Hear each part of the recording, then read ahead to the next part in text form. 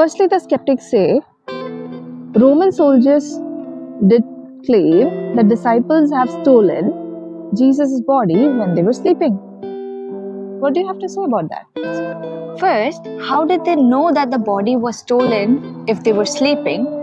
Secondly, how are they still alive being a Roman soldier and sleeping during duty time? Yeah. Because in those times, if a Roman soldier slept while on duty, that meant a death sentence to them. It is a historically proven fact. In fact, if disciples were to steal Jesus' body, they would first have to cross the guard, roll a huge rock from the tomb, enter, take Jesus' body and take it out right under their nose. Right. Which was impossible. And it brings me to the second question. Have you ever heard in the history that a person has died and his tomb was guarded by the government authorities? It was because the priest had heard Jesus claiming that he will rise again on the third day. So priests approached the Pilate and asked for security. Pilate ordered the soldiers and told them to have maximum security with the Roman seal. So disciples in that society who had no power, it is impossible for them to steal Jesus' body from a Roman government.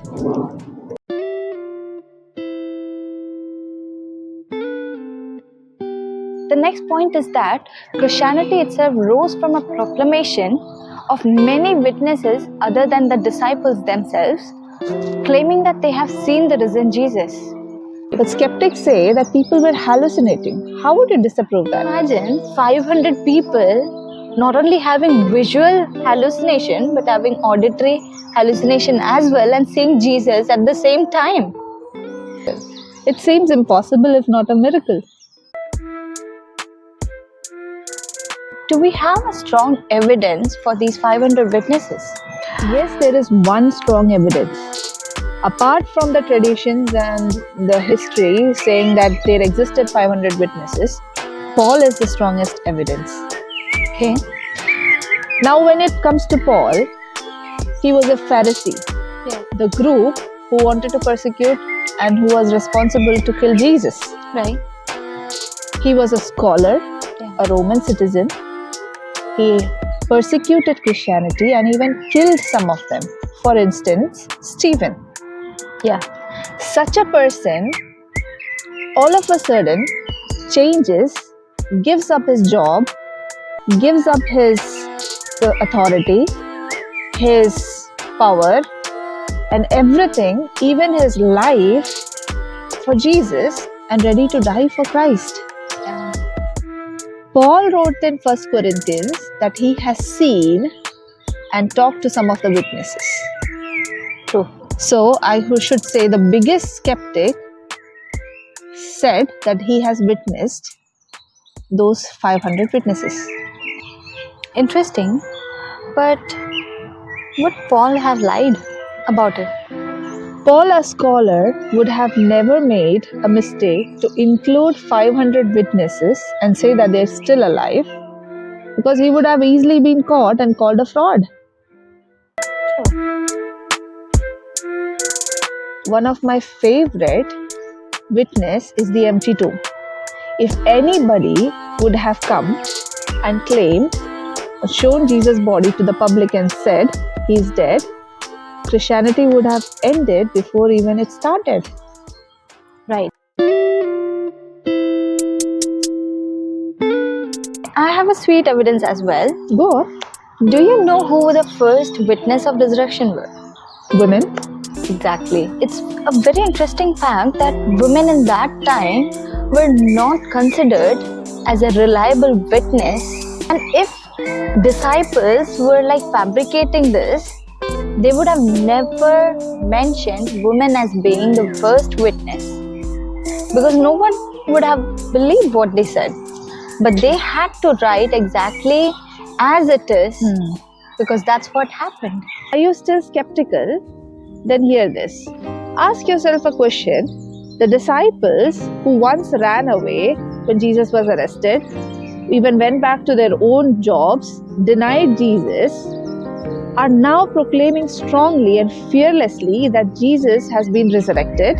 They were so fearless that they went to the ends of the world and all proclaiming this one news, to a point that they were ready to die for what they believed. And if you look at the ways the disciples were martyred, it is impossible to believe that a human would withstand such torture just for a lie. Now let's look at how disciples were martyred. Peter was crucified in 66 AD upside down on a cross because he didn't consider himself worthy to be crucified like Jesus. James was the first of the 12 disciples to be put to death by a sword. And Bartholomew, apparently a person who loved traveling, because he traveled with Thomas to India and then Armenia, and then eventually took the trade route between Ethiopia and Arabia. And the way he died was by being skinned alive. James, the son of Alphaeus, he was stoned and clubbed to death for preaching Christ in the northern Israel. Matthew the tax collector went down to Ethiopia and was stabbed to death for proclaiming Jesus. Simon the Zealot was sawn into half for preaching Christ in Persia. Philip went as far as North Africa and Asia Minor. Traditions say that a Roman proconsul was so furious that his wife was converted to Christianity, and hence he was brutally put to death. Thomas, he was the disciple who said that he wouldn't believe in Jesus unless and until he touched him. And he went to the ends of the world, to Iraq, Syria, and even to India, and unfortunately was stabbed in India for his belief. And Andrew traveled till Russia, western regions of Turkey, Greece, and was eventually martyred. Matthias, he traveled as far as the Caspian Sea and was eventually martyred for Christ. Now Judas Thaddeus was killed by an arrow in the mountain regions of Turkey. Witnesses and believers like Paul were ready to suffer all their life, and in fact suffered all their lives and were ready to die for Christ.